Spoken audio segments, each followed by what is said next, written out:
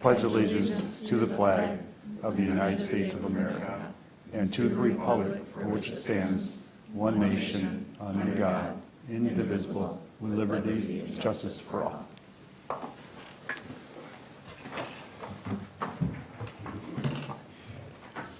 Sam, can you give us a roll call, please?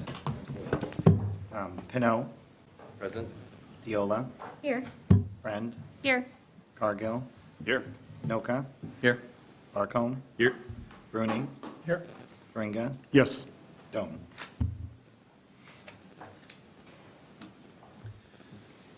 All right, and does anybody have a conflict of interest they need to declare before we get going? All right.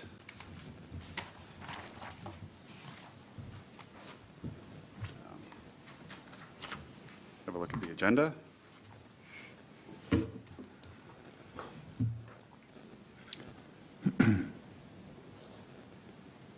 Motion to approve the agenda as presented. Support. Thank you. Motion by Fringa and seconded by Friend. And looks like we don't have any members of the public here for public comment. And I didn't see any correspondence come in since our last meeting. All right. Can we get a vote on the agenda? Thank you. Vote to approve the agenda. All in favor? Aye. All opposed? All right, agenda was approved. And then moving on to minutes from our last meeting in June.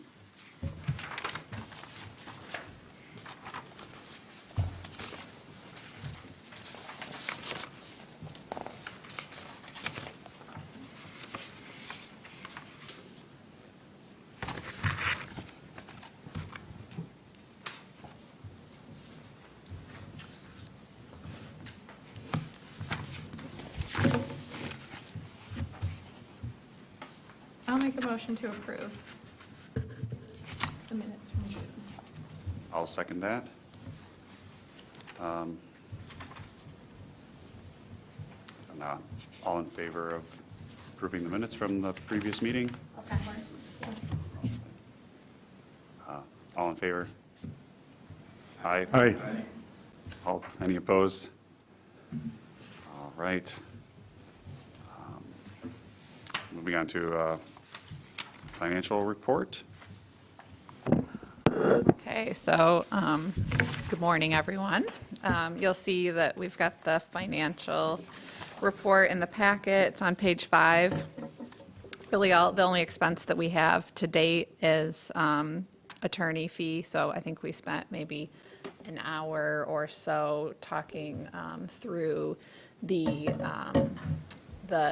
food truck idea with the attorney, get some legal counsel. We also did have a couple hours of engineering. We had Brian Souza go out on site, take a look at the site that we were looking at for the food truck, got some feedback. He attended one of our subcommittee meetings, so we do have a few expenses there. I would say the majority of the expenses that we've occurred to date on this project are being covered by our USDA grant. So those are not necessarily reflected in this because we're able to cover those through the USDA grant.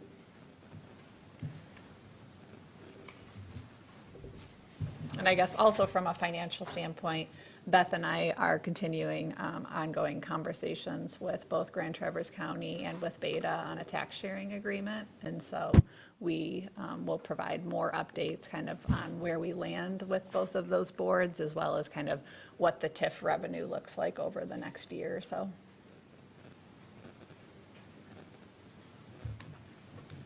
Great. And you have some other updates for us, Claire? I do.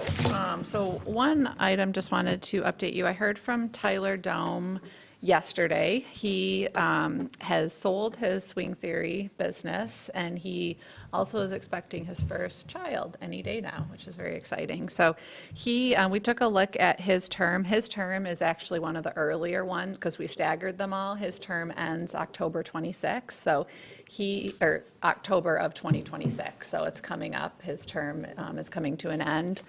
He said that he would be happy to continue his term out for the next couple of months, but also if there was anybody willing to take over. So I think it would be good for us to kind of start looking to see if there was a business owner that would be interested in picking up at that term. So if anybody knows of any representatives from the business community, it doesn't have to be an owner, it can be a manager, employee, kind of just having that business perspective along the corridor, I think would be really helpful, so.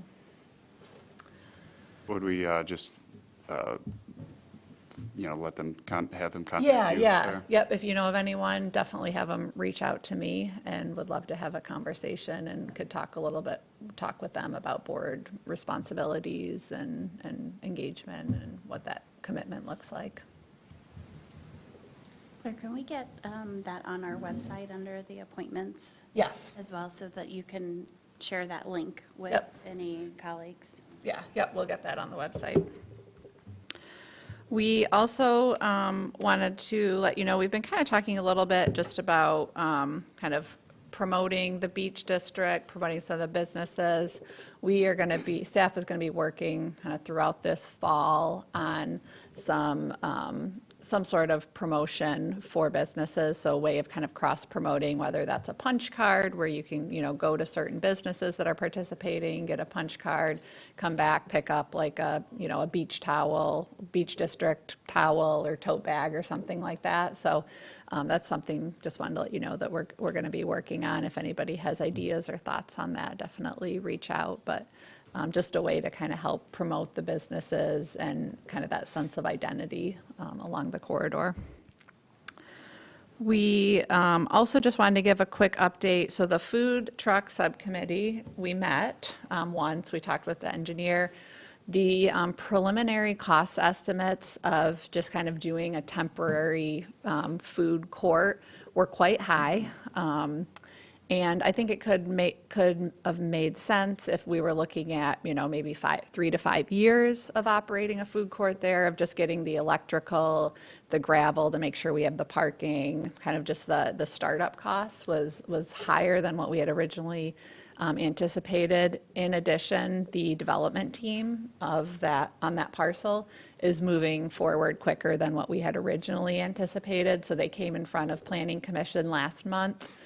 With the sketch plan review, they are planning to submit a full site plan within the next month. So my recommendation, I think, would be to kind of pause that subcommittee, not get rid of it, because I think that, there are opportunities potentially on other sites to have food truck. We talked about even, potentially having food trucks at Jens Park or other. We also did want to mention, we're trying to just promote the existing ordinance that allows food trucks. So this was mailed out. Sam helped with creating this flyer and also mailed this out to all of the businesses along the corridor, I think yesterday, right?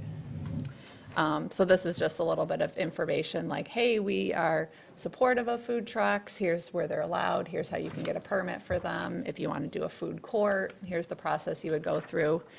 So we're kind of just trying to promote those a little bit more holistically across the whole corridor, but felt that, really focusing a lot of time, energy, and financial resources to that one site is probably not great timing. So, okay, well, those were all of the updates that I have. Great. 2 quick comments or questions. On the food trucks, and I meant to mention this to you, but now's maybe a good time.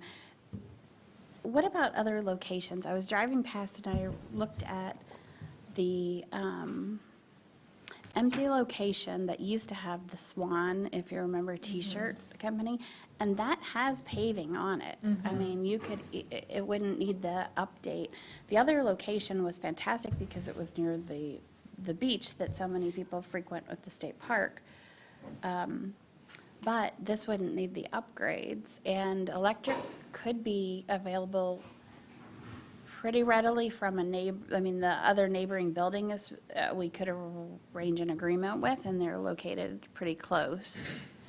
Is there any merit That is to that? actually, they are also submitting a site plan, probably Okay. in the next couple of weeks. Okay. I was reviewing their site plan yesterday, and they're hoping to move on a development there as well.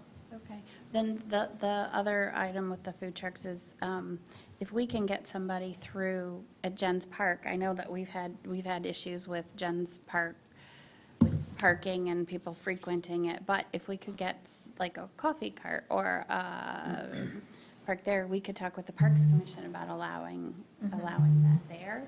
It wouldn't be a food truck place like all times, but if we just had like one on certain days or something like that, that might be an option. And I really like the idea of the residents, the punch card, because to me that is more not tourist related, because that would take a long time to go to, you know, the Blushes rooftop and, you know, the different places along the corridor and get a punch. So that would be more like a resident than a tourist, and get people who live in the area used to frequenting the beach district, kind of raising the awareness. What about that site, the Residence Inn site? They've got another, what is it, like Yeah. a pad or something, they're wanting to do some sort of development. I don't know where it That would be. That would be something that we could take a look at, because they do have 2 more development sites. They have the hotel right next to it, and then there's also like a retail drive-through site, and so they could be years out on the full build-out, so that definitely that's a good thought, and one that we could take a look at, Okay, yeah, I was just over there yesterday, so. yeah. That north end or east end, whatever you call it, of the state park parking lot, there's never anybody parked there, even in July and August. There might be 2 cars just because they want to just be away from everybody else. And there's bathrooms right there that looks like they're redoing. There's obviously power. I think that's a great spot. There, you could get 3 food trucks, I don't know. Seems like you could get 3 food trucks in there pretty easy. And people go there for lunch. I go to Culver's and eat my lunch there. I'd rather go to a food truck. Yeah, that's a good idea, too. So it's still alive. Do you guys, would you like to keep meeting as a subcommittee to kind of continue to investigate this? I think so. I mean, I Okay. think there's enough locations where we just need to do a little bit more research. and- Okay, Yeah. yeah, that sounds good. It's just Ally and I, so. Yeah, that's fine. We will call a meeting. There could also be, even if you think of businesses that exist that have extra space that would have non-competing hours, like, you know, I don't know. Like, for example, like Bob Evans has a huge parking lot. Like, if they offered food trucks during times that aren't their peak hours, so it wouldn't cannibalize their business, for example, or if there's other locations like that where the lift is small and the space is available, then those could be. So, yeah, I'm happy to keep meeting, for sure. Okay. Great, thank you. One of the, when you're talking about different ideas and drawing there too, one of the things, we've talked about ice sculptures through the winter.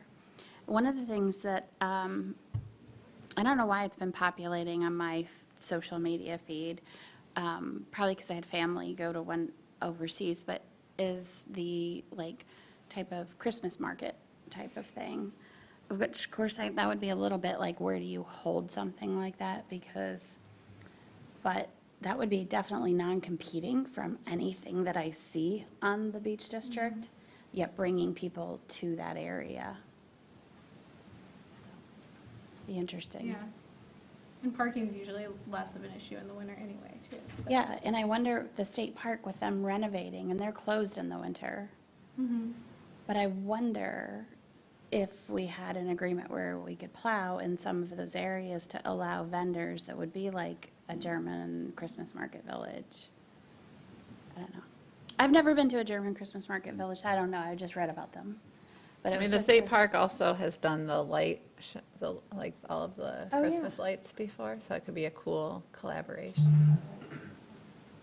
Yeah, something like that, if it was like a multi-day type festival that would be an attraction for locals and tourists, like that, those are the types of events I could see potential partnership in. With Traverse City Tourism. For sure, Yeah. because that would be something worth traveling up here for, in a time that most people wouldn't necessarily. Yeah. And you don't see those done. I mean. No, that would be really cool, yeah. And honestly, there's so much that is done. I was looking through the events through Facebook the other day, and I was like, holy mackerel.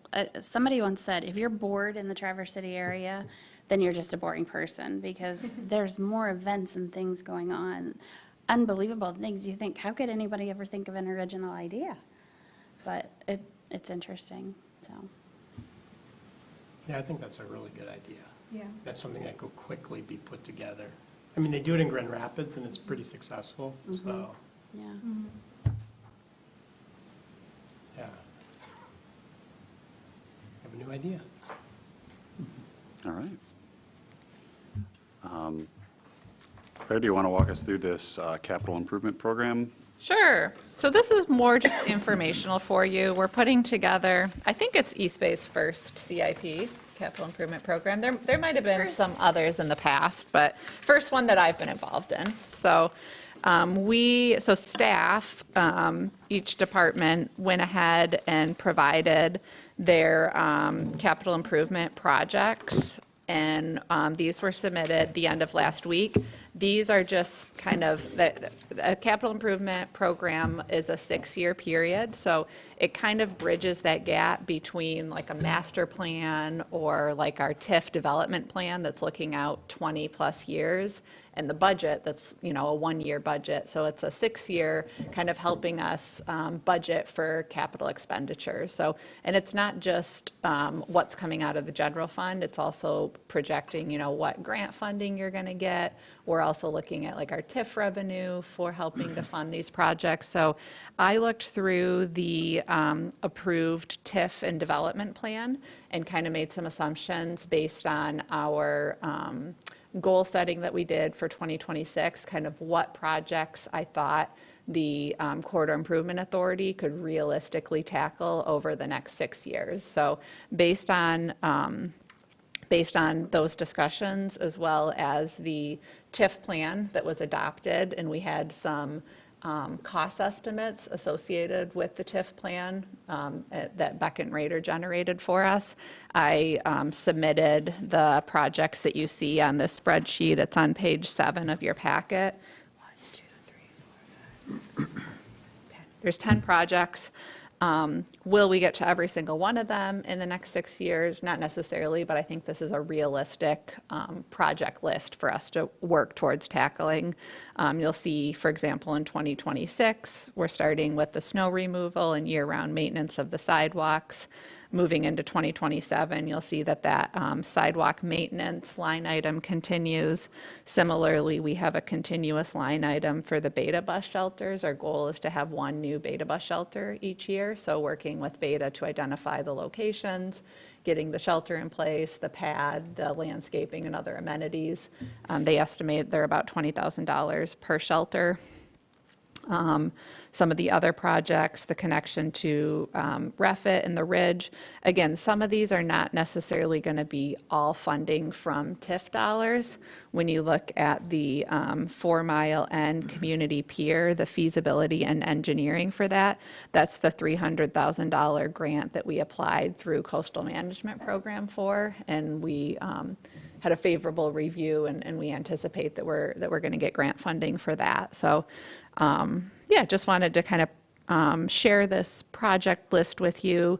If there's any thoughts that you have, like, oh, this is missing, or if you have any suggested changes to it, we can definitely make modifications in the project list that we've submitted. So if anybody has any thoughts or comments on that, we can definitely make some changes.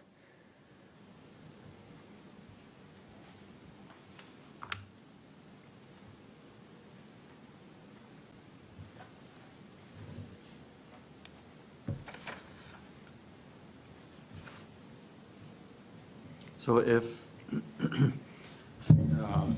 we're hiring, excuse me, the 300,000 for the study on the pier with the grant, if that if that's recommended to go forward with that pier, that 1.45 million, would that be another grant application, or would that be the TIF, or maybe We would both? anticipate a development application to the trust fund, to Michigan Natural Resources Trust Fund. So I've talked with Nathan, who oversees parks, that we do need to make a amendment or modification to our Parks and Recreation Plan to include the pier project in there. But we think that that would be a really good candidate for a trust fund grant application. Those are maxed at 400,000 and would require a match. So, and I think that you never can tell with this being in 2030 what grant application opportunities will come forward either. So there may be some others that we could toss in there too, as well as foundational grants. But I do think it would be a good grant. I also think, we'll check and see what Eagle would have, because they've been very interested in that, or MEDC actually. Yeah, so Eagle does through the Coastal Management Program, NOAA Coastal Management Program, but it's funneled through Eagle. Because they funded our visioning process, it looks like they're funding the feasibility. They do have some development funds too, so they would be a good candidate for also getting some.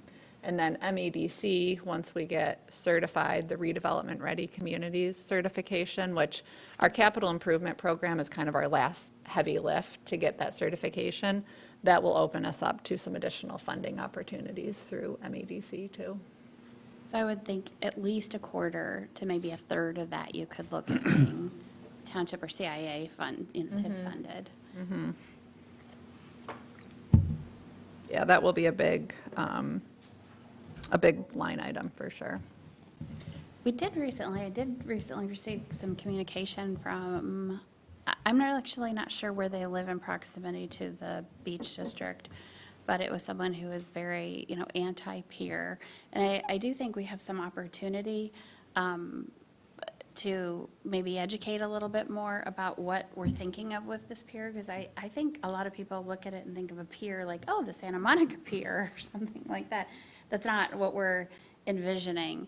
And they're thinking of it, bringing loads and loads of people or tremendous access. And I think we have an opportunity to maybe educate some more on the socioeconomic and the physical disability equity issue and what we're trying to do with that, as well as just general access to that. So that's a good point. Within that 300,000, a significant amount of that will be community engagement and input and holding some different visioning and input sessions.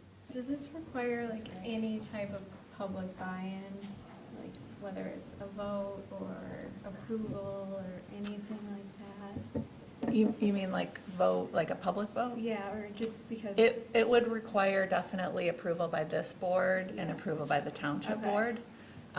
But in terms of the general public, that will be through, I think that the direction that we go with the pier and what the design looks like and kind of if and how we move forward with it would be heavily influenced by public input. Okay.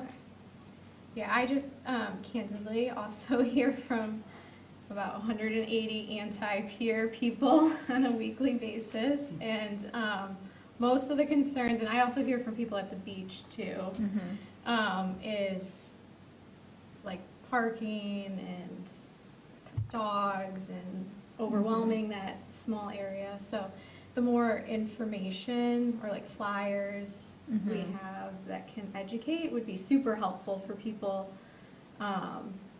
who ask questions, just so we're Yeah, like on a concise, like we're all on the same page and have a similar idea. So the more we uncover here, the more educational materials we have will be very helpful, for Yeah, sure. no, that's really good feedback. And I think that will be an important process for giving community input.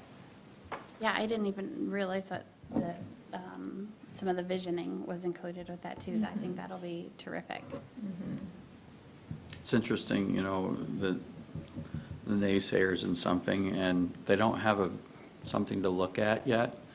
And we just went through a $9 million, we're going to go through a $9 million renovation at Harbor West, and it took 3 years to get that vote passed. And something we didn't do until a few months ago was get some prints together and show everybody. You know, they're looking at a junky old marina for 20 years, and they thought it was fine until they saw pictures of the new one, and the vote passed. It was kind of funny. Spent $1,000, you know? So, you know, because you look at that area right now, and, you know, I use it as my turnaround for the car wash, and it's just kind of gross in there. No one takes care of it. It needs to get at least cleaned up. But putting a pier in there, if we can find the parking, I think it'd be pretty neat for East Bay. Because we don't have anything except for the state park and a bunch of hotels. I mean, that's what it's known for. I think that pier would change the whole area. But anyway. Lighting, did we have, weren't we talking about lighting along the corridor? I didn't see that. I know, yeah, it is, yeah, we could definitely include it in our 6-year plan. I don't remember the cost of it. I don't think it was overly expensive. It was something through Light and Power, wasn't it, or? Oh, that lighting. Yeah. Yeah, for the state park. Yeah, Yeah, that's, Or did you mean like just throughout the corridor? throughout the corridor. It's like, I Yeah. thought we were talking about Like- Sam had the pictures of the poles and the. yeah, so we have a line item in the TIF plan that includes lighting along the entire corridor, pedestrian scale.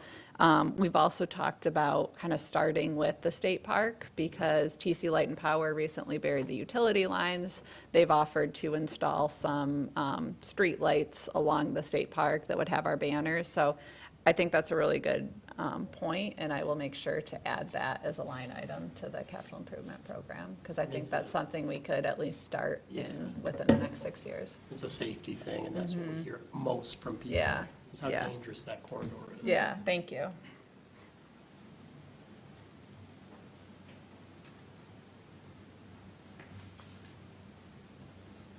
I don't know how much it would be to do this, but placemaking has been kind of a portion of this too. And to the extent that we could design something that is either like intersection planters, or, you know, you go to Charlevoix and that's just part of the charm, right?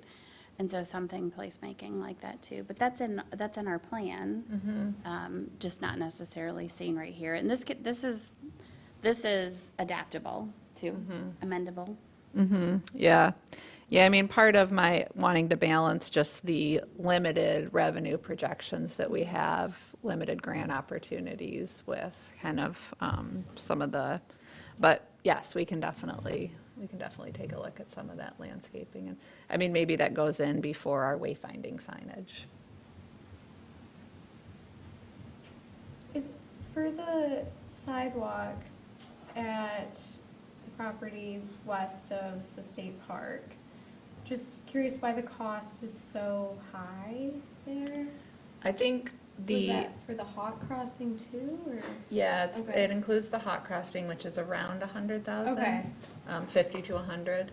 And then it also, I think the main cost is the bridge. There would be a pedestrian bridge Oh. over Mitchell Creek. Okay, I was just thinking Yeah. like a sidewalk, I'm like, Yeah. seems Yeah. like we could save a little bit. Okay, so potentially It's a gonna be a bridge. fancy sidewalk. Yeah, okay, all right. And that would go to, like, the bridge would connect, you're hoping to like Culvers, or like who? The bridge wouldn't go across. It'd go Oh, across just the- across the- Mitchell Creek. Oh, Mitchell okay, Creek, I yeah. gotcha, okay. Yeah, So because hot right now it's crossing, sort the of a bridge, and challenging sidewalk. Okay. design with, Yeah. like, pedestrians go across like the road bridge over Mitchell Creek, but having a pedestrian. Yeah, I'm following you now, okay. I also think with like wayfinding signage, a cool opportunity that might not be super high cost is just like consistent branded signage along the TART trail potentially. Like right now, it's kind of like some business owners have stuff, but if we did like 2 miles to the ridge, like once it opens, or like, businesses this way include, this is like a little bit as you get out of the beach district, but like Stonehound, like 1 mile further, or, stuff like that, or, things like that, because a lot of people commute through or like will bike through, but they don't necessarily stop between those 2 to 3 miles, so. We are actually working with TART on that right Okay. now, and we have a Awesome. little bit of funding left in our USDA grant, and so TART has done some little mock-ups, and so yes, we are planning to, once we've kind of gone back and forth on the design. We're trying to have it just be a little bit smaller, but have it branded Beach District with the TART logo and list the businesses. And so once we get the mock-ups, we're working with Image 360, we will approach those business owners to try to replace some of those signs that are kind of inconsistent. Some have graffiti and just have, so what we're hoping to start there. But yes, having a little bit more signage, I think, along the TART trail and kind of use some of their branding that they've developed with Leelanau Trail and some of the other. Cool, that's awesome. I know we had talked like TART Trail years ago for like navigating pedestrians on 31 to the trail. Do you need like business approval to put in signs or something like that? Like if we ever looked at major intersections like 4 Mile and 3 Mile, like a safe, like just some sort of messaging, like a safe pedestrian path is just 50 feet away or something, like. Yeah, I think That that could would be- probably be more of a holistic Okay. wayfinding Yeah. signage. Just to have, I think, there's consultants that can kind of come in and really take a holistic look at your district and kind of help you figure out how to use like the least amount of signage that would be Right. most impactful and kind of strategically place signage and, Cool, Yeah. yeah. I think that some of that would tie into with our other discussions about parking as well, because like, I think it's a great idea to direct traffic, to the TART Trail option, but it comes back to like, where do I park my car so I can get on the trail? So, Yeah, and there's 2 spots for Refit, so if that connected, that would, that's 2 parking lots you could have, for sure. yeah. I was curious, this is like tying into another upcoming item here, but one more question I had here was, did Beckett and Rader generate these estimates for the maintenance and snow removal? They did not. We based that on talking with TART Trails and just we've got like 4.18 miles of sidewalk and just kind of making some assumptions. Okay, I was just curious where that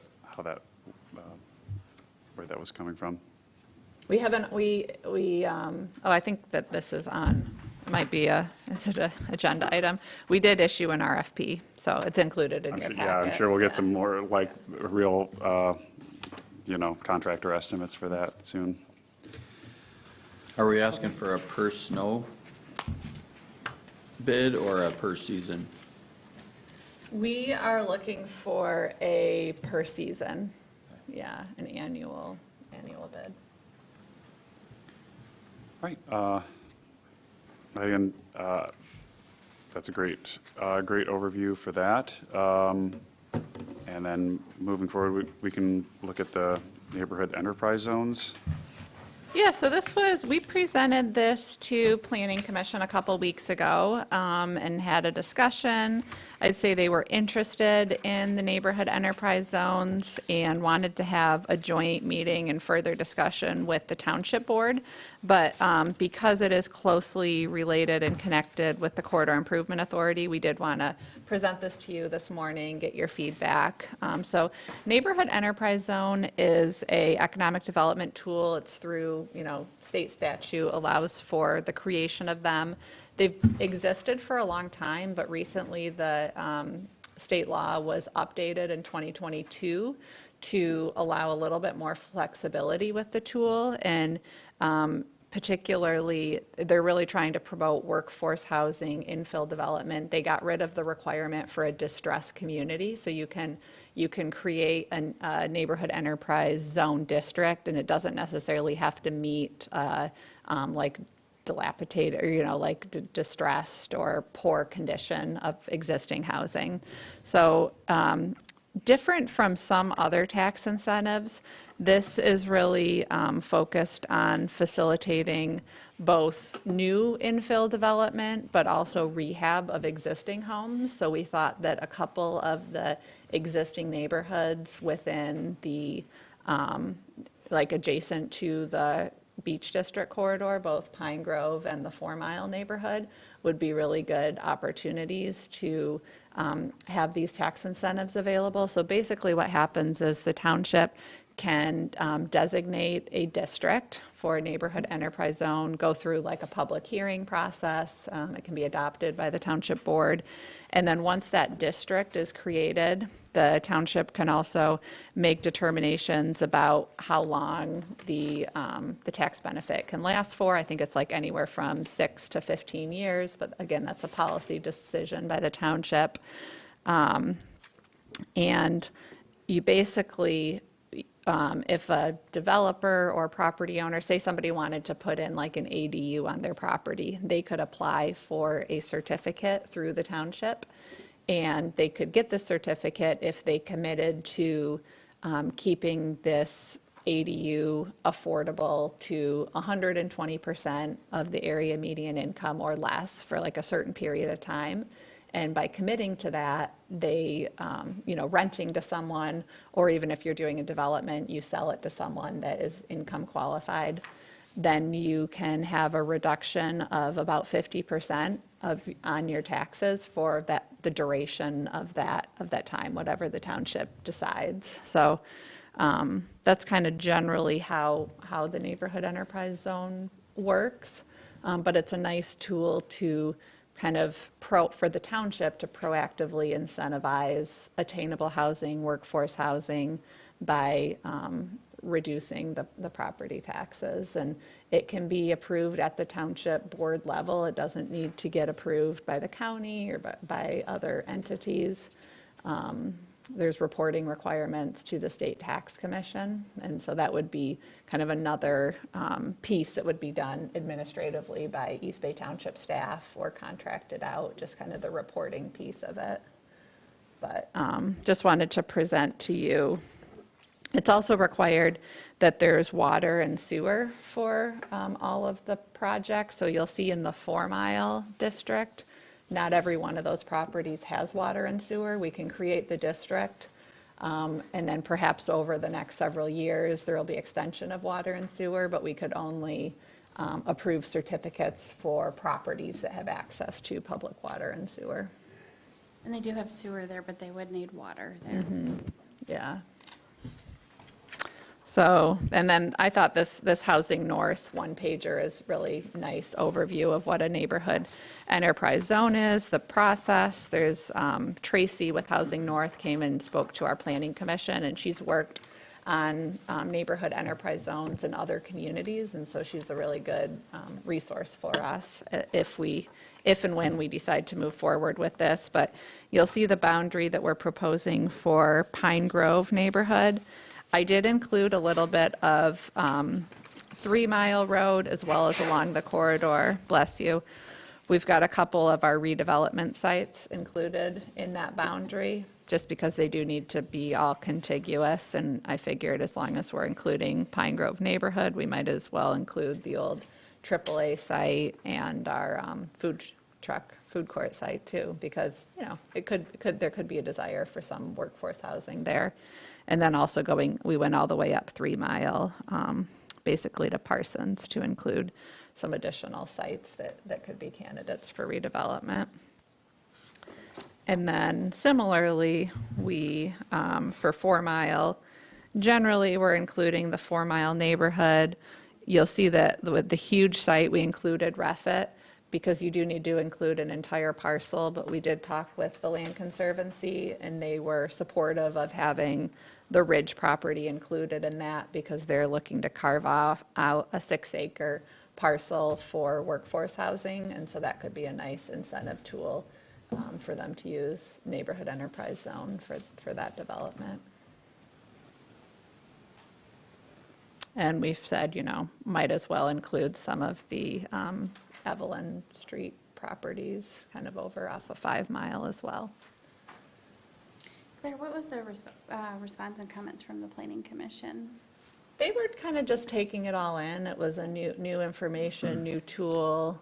They had a lot of questions and were interested in a joint work session with the township board because I think they didn't want to get too far along in the process if there wasn't support from the board as well. I'm pretty excited about this. I asked Claire to take a look into this for specifically along the Beach District, because I think as we've gone through the Beach District and the planning the public visioning, one of the things I heard was, we don't want this all to be for the businesses, right? We don't want to just do the Corridor Improvement Authority just propping up businesses, right? So that's one of the common things that you hear. And I get that. I also heard so many residents, I think Claire would agree, so many residents interested in the Beach District that maybe feel a little disassociated sometimes. And I think having more residents live in and around. The other thing is, from an infrastructure standpoint, I look at the maps on the property and where the water and sewer is, and this is where our infrastructure is. It's within our growth boundary. It has water and sewer. It has proximity to Beta, to the TART trail. So this is not only workforce housing for people who might work at, hotels and the businesses along the corridor, but this puts somebody right on the TART trail to take them right into Traverse City, heck, at the hospital even. My husband has been known to ride the TART trail all the way to the west side. So, again, public transportation, multimodal. I think this is an excellent area. It's a little bit of an interesting area, right? Because we have a older, developed, 1950s-ish subdivision. And then we have some other areas that are, partially have the infrastructure, but not all of it. And I just think it's a tool that we could really use. I mean, I look at that, there's one parcel, it's I don't know how many acres it is, that is a really good candidate for some smaller homes and workforce housing, and it's just sitting there really with somebody not doing much with it. And so I'm interested in the tool. I think and I give the state and the legislature credit for extending this outside of, cities and traditional areas. One thing that I did notice, it requires 5 units per acre. And so we're not quite at that density yet, but we do, with our new zoning ordinance update, we now allow 5 units per acre in in the low-density residential district, which is what all of this is zoned. And we do, on each parcel, you can have up to, as long as the parcel is large enough, you can have up to 4 units. So I think that through our zoning, we allow the type of housing that this tool is looking to facilitate and foster.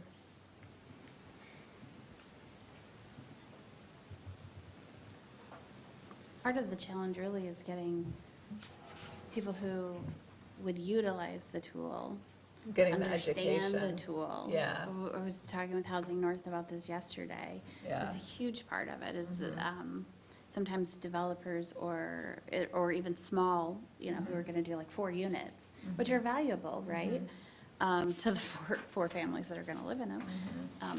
They don't even know how to navigate some of this sometimes. So that's something Housing North is looking into as well. Cool. Yeah. As new supply enters the market from a lodging perspective, we see attrition of older motels be converted into housing, like you've seen that in the city, for example, and a little bit in East Bay Township. Would any of those types of properties on the south side of US 31 qualify, or not, because it's not zoned residential? No, those definitely could be. Okay. Yeah, and I think that's a good point, because you guys recently purchased A hotel, right? Yes, for workforce. For housing, yeah, so I think that we could definitely have discussions about extending that boundary. And I know there's other property owners that do similar type things. Yeah, And especially as,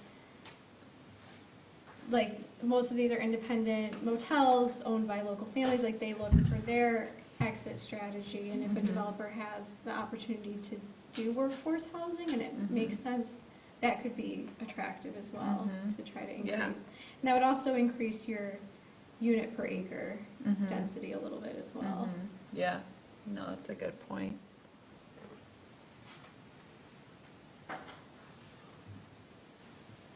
But does it have to be continuous, like It has all to of be these would have to contiguous, touch? Okay. yeah, yeah.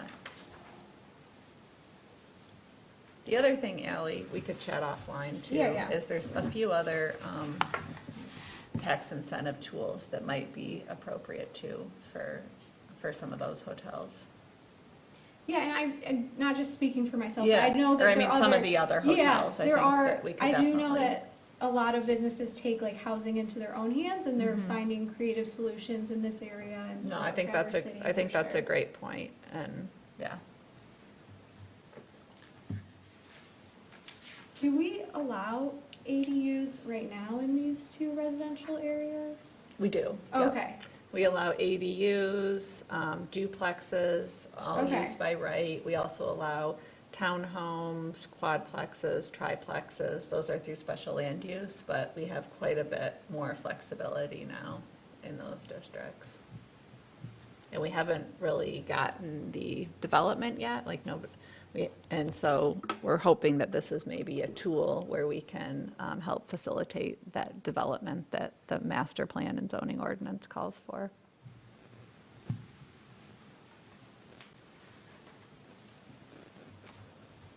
So what happens after the incentive expires? I mean, is it like a shock to the homeowner, or? I think the idea is that you kind of like, with all tax incentives, it's like you're kind of setting them up for success in the future. So that homeowner likely increases their income earnings over over that 15 years or so. And so you're kind of like creating a situation and setting where you're kind of increasing the value of the property and, people's earnings and wealth accumulates over that time period. And so the idea is that it wouldn't be needed after that time period. And is this tax would then only be for like affordable housing? Yes, for 120% of the area median income, which I think I looked recently, I think for like a family of 4, it's around 120,000 a year. So it's, a decent, quite a few families I think would qualify for that. And then a single person is maybe like 80 or 90,000 a year. I'm going to go out a little bit on a limb saying this, so Claire can correct me if I'm wrong, but I think too, sometimes the difficulty in financing can sometimes come down to not entirely the amount of the rent, but it's that huge infrastructure cost at the beginning. And so if they can get that and over that hurdle, and then through years of developing that routine income, then that's what creates the stability, and that's what the incentives help do. Yeah, I think that's a good point. Not to like get too far in the weeds on it, but I imagine there is some way of making assurances that somebody just doesn't pop an ADU in their backyard and then Airbnb it, right? It'd do some sort of follow through. We have a pretty good monitoring system in place at the township that we pay for. So we use GovOS as the system, and so they're, continuously 24/7 kind of looking through all of the main platforms. And so, Sam manages that platform for us. And so I think we have a pretty good, yes, we do have some that try to rent, use an ADU and rent it as a short-term rental, but that's not permitted in the township. Anybody that builds an ADU, they're not permitted to use it as a short-term rental. So I think we have pretty good enforcement tools for that. There's always somebody trying to game the system, so that's why we pay for that service, because it is the best out there right now that we can find. Yeah, I mean, not that I'm opposed to that in a general sense, it's just more like, if you're giving somebody a tax incentive to do that, then they should then be able to turn around and Yeah. monetize it for short-term use. Well, just out of curiosity, the site plan that's ahead of you, were any of those apartments under that 120 percentage? Like, would this be something that developer was interested in? I've pitched it to that developer. I've provided them information on the housing TIF, like the tax increment Yeah. financing that they could use for funding public infrastructure, even their on-site, stormwater infrastructure. So I had a conversation, I think, last Thursday, and followed up with the information on the incentive. So I would say they're it's not part of their normal strategy, or that, they do many developments around the state, and that's a little bit out of their wheelhouse, but they are interested, and they've requested more information to see if they can set aside a certain number of units. Would this affect like TIF revenue at all? I mean, how does that, or this? Yeah, that's a great question. So the majority of the parcels in these two districts are not part of the TIF. So that would not be impacted. Some of these parcels are a part of the TIF, so that could potentially, we'd have to kind of think through how that would impact it. Remember, some of the incentives typically are on the improvement to the property. They're not on the base of what was there. They're not on the land. And so when you're improving, it's just the addition. I mean, depending which program you're doing. Yeah, but our intention was kind of to have the adjacent neighborhoods to the TIF district as opposed to the TIF district itself. And were there developments that are likely already to happen outside of this incentive? Or like you were saying, is there some, you're going to go to this individual and say, hey, were they already planning on building this without this? We have not, we've seen very few, I've talked with a few individuals in Pine Grove that are looking to do ADUs, but by and large, we're really not seeing a lot of infill development. And I think one of the goals with our zoning ordinance rewrite was to remove a lot of the zoning barriers for attainable housing so that people could go in and do more infill projects, and we're not really seeing them. And so we're thinking it's also the financing challenge too. Rob, you raise a really good point, as in, why would incentives just go to line the pockets of developers if they're already going to do the development? And one of the things through the analysis of determining whether they would qualify under it, and NAZ is new to us, but I'm talking about the ones that we have looked at so far that we've done, which is Brownfield and Public Act 237. So one of the things that you do before you grant those is you go through like a but-for analysis. But for the incentive, would this be profitable? Would they be able to maintain some minimal level, or maximum level of investment? What would be impeding it? And it's pretty extensive. Ann Jameson does that on behalf of the Brownfields, and everything that we've done with 236, or 237, anyway, is also a Brownfield. So she kind of handles that but-for argument for us.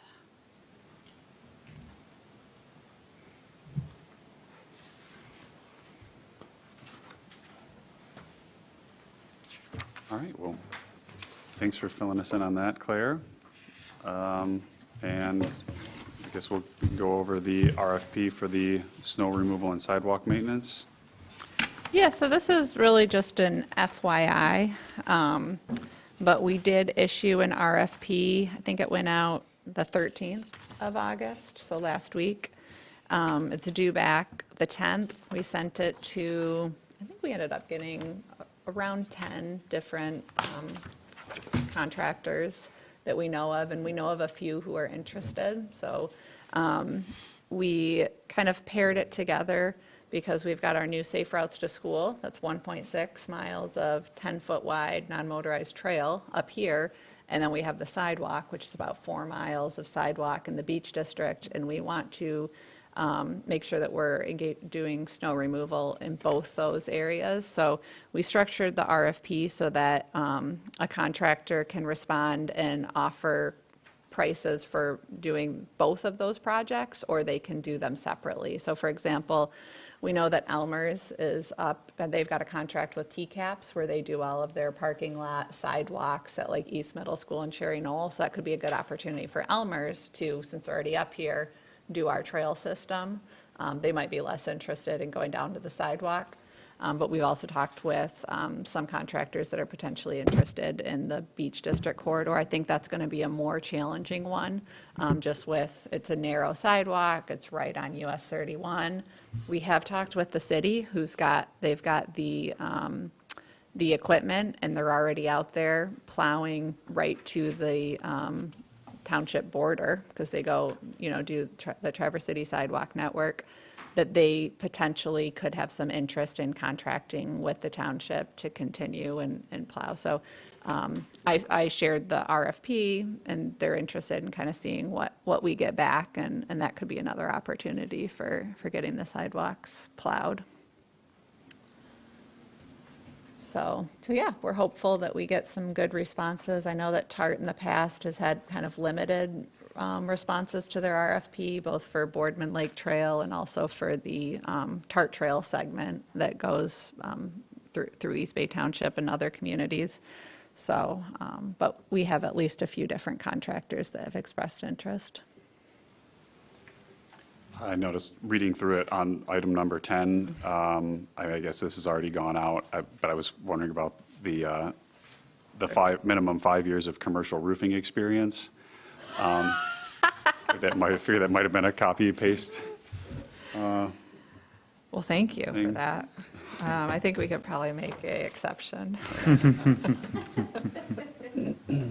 We do churn out a lot of work here, so sometimes that is. Wait, where is that? I was gonna say, and as you'll under notice, the insurance. library has a new roof. Page 18. Yeah, under insurance on item 10. Oh, yeah, thank you. That was a I can't tell typo. you how many people that document went through and noticed it.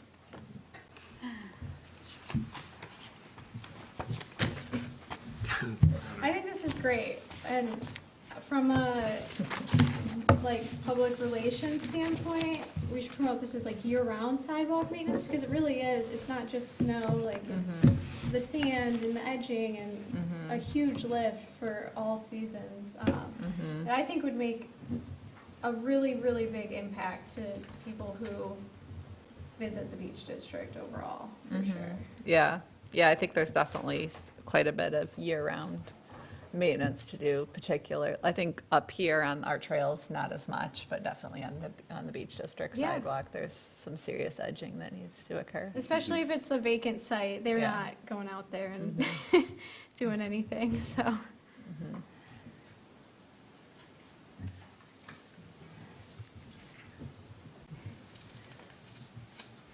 Cool, so will you guys, this cutoff's in September, is staff just gonna pick the best option and let us know from there then? That's probably, what do you think, Beth? We'll, With the process. Analyze, we'll receive the bid, we'll have the bid opening. Mm-hmm. And then we'll analyze the bids, make sure that the bidders comply with everything. Mm-hmm. And then take a recommendation to, it can absolutely come here depending on timing. It could come here as for a recommendation to the township board, which I don't think would be a bad idea, because half of the work is, We'll be using TIF funds, so it'd Yeah. probably be good to get a recommendation from this board and then bring it because back it's to the not township just board. Yeah, the safe routes. So, and then it would go to but ultimately, it's the township board that would award the contract. so we'll plan to bring that, is our meeting in September after the 10th? I think so. 17th. Perfect, Great so. timing.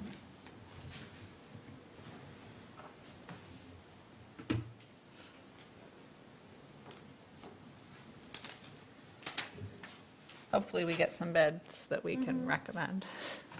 I was encouraged the other day, I heard in the office, I think it was maybe Nathan talking about some of the contractors who had reached out either to you or to him, and I was like, good. because it's a level of interest we haven't had in the past. Yeah. Well, probably because of the quantity that we're talking about. Seems like it wouldn't be a difficult snowplow, on the sidewalks at least. It's just a straight, It gets kind of tricky on the south side of 31 up there if you go and look at it, and it goes like around trees and gets pretty narrow in places and stuff like that. I imagine that's going to be a challenge to fight with what's getting thrown off the road too from the plows. That is going to be a big challenge, and I think the timing is going to be important, and we'll probably need to have pretty close communication with the contractor and provide that feedback on. I mean, I would assume that at least in some areas, that's not just moving the snow off the sidewalks, but they're going to have to transport it somewhere else. Because I don't see room for the snow from the road and the sidewalk to coexist. Yeah, it's going to be pretty heavy, dense snow that the plow picks up and puts on the sidewalk. Don't forget the images our friends at Pirates Cove shared with us. That's exactly, I was like, oh, that is kind of a tight spot to deal with Yeah. that. And I have had, I was telling you about someone who contacted us or about the pier. I have had, one or two people mention they're not in favor of us maintaining those in the winter because the TART trail is located so close. Why are we utilizing funds to do that? And it's just going to create an issue, and it's going to constantly be a battle with the road and the sidewalk. And I'd be interested in all of your comments, but the way I look at it, really driving it, because I live up in the Holiday area, I see people, regardless if there's a TART trail, like essentially a block over, I see people walking in that roadway in the winter, and it is absolutely scary to me. So I mean, we've already, I guess, kind of gone through this because it is in our plan and so forth, but, if you've seen the same thing, please share that with me, because I would, love to. The TART trail provides access through the corridor, but not to the corridor. So if you're trying to get to the destinations, you need the sidewalk. That's great. That's a great point to articulate. Thank you. What we see are people trying to get to the TART trail on 3 Mile, and they're walking in the road, just like what you're talking about. And, if, like, that'll be a concern of ours when they do start plowing, they got to get it on that day, because if they get the next day, 3 Mile is just a bad spot, and it plows right onto the sidewalk. I used to try to snow blow in front of our office, it's impossible. But I used to try to do it, well, we weren't using the sidewalk, but I would see people in the road. So I threw a snow blower in the shed, and I was a failed experiment, but it's unsafe right there. And I'm sure maybe there's some places it doesn't need to get plowed, I don't know. But I know in that 3 Mile, it's very heavily used for people getting to the trail. Yeah, people still take the Beta in the winter, and they're walking in US 31 Yeah. or through 3 feet of snow. I see it all the time. It's the darkest time of year, mostly, the visibility is so low, and people drive so fast that it really is, I think, a safety, really a much safer option to provide if we had cleared sidewalks. Those are great points. Thank you.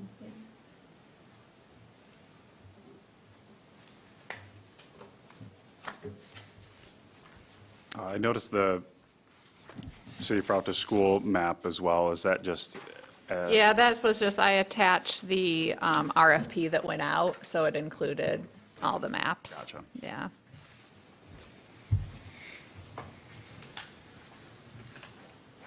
All right. Do you have any further comments or ideas to address next meeting?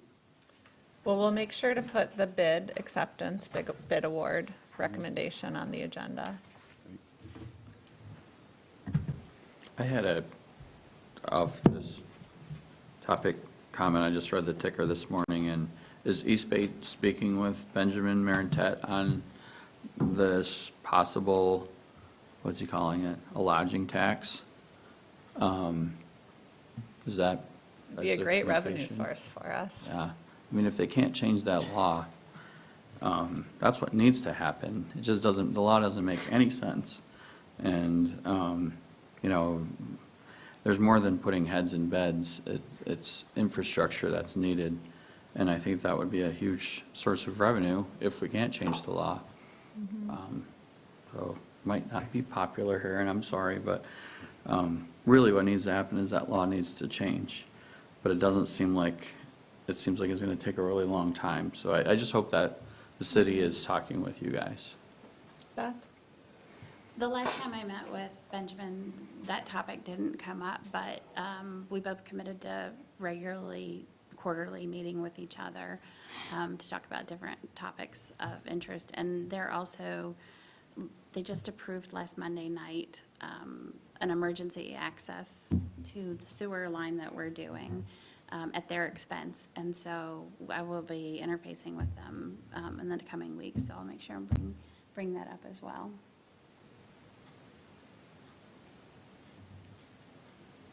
Yeah, I think it's fairly complicated. I mean, it has to, there's a lot of approvals. You have to get Senate and Congress and governor, and so there's a lot more to it than just a city manager saying it. Yeah, we've had meetings with them about it, and so, I mean, I don't think, I wouldn't be opposed to a tax, but for me, it's more about where is that money going, right? If you see these tourism taxes in cities, normally they're going to support a convention center or a conference center, and this just would be, we don't know where, we just go into Yeah. the city's coffer and. Would this be like a reallocation, though, of the tax that is already being paid, or a new tax, or maybe to be determined? I think it was a new tax. Oh, okay. Yeah, it was a new percentage. And the other issue is that it's just proposed for Traverse City, the city hotels, not necessarily East Bay or Garfield or,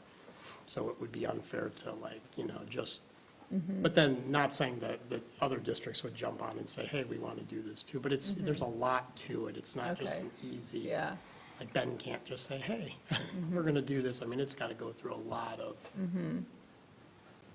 but yeah, we've had some discussions on it with them, so. I'll be real honest, I haven't taken a deep dive into Yeah. looking at that. So if anybody has articles or research or anything that they want to direct my way, that'd be great. Yeah, and like I said, normally, we see it in Detroit, Grand Rapids, the larger cities, but it funds a conference or a convention center generally, and so, and that wouldn't be an opposition if we could get that conference center somewhere. Yeah, I don't know, it just kind of came out of nowhere, so.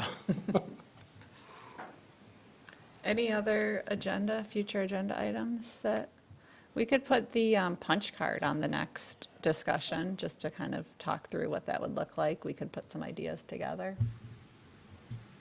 German market, Yeah, that's what I was thinking, put that on there, because, and I know that probably maybe need to be sooner discussion. Maybe I'll just put, maybe I'll put we'll do an agenda item that's kind of like events and promotion, and we can go into more detail on both of those. start. Or maybe looking our, through the maybe our agenda. subcommittee maybe it's less specific on just food court, and maybe we kind of are looking more at kind of the promotion and events, so we could dive into some different topics. But we'll put that on the agenda for September 17th.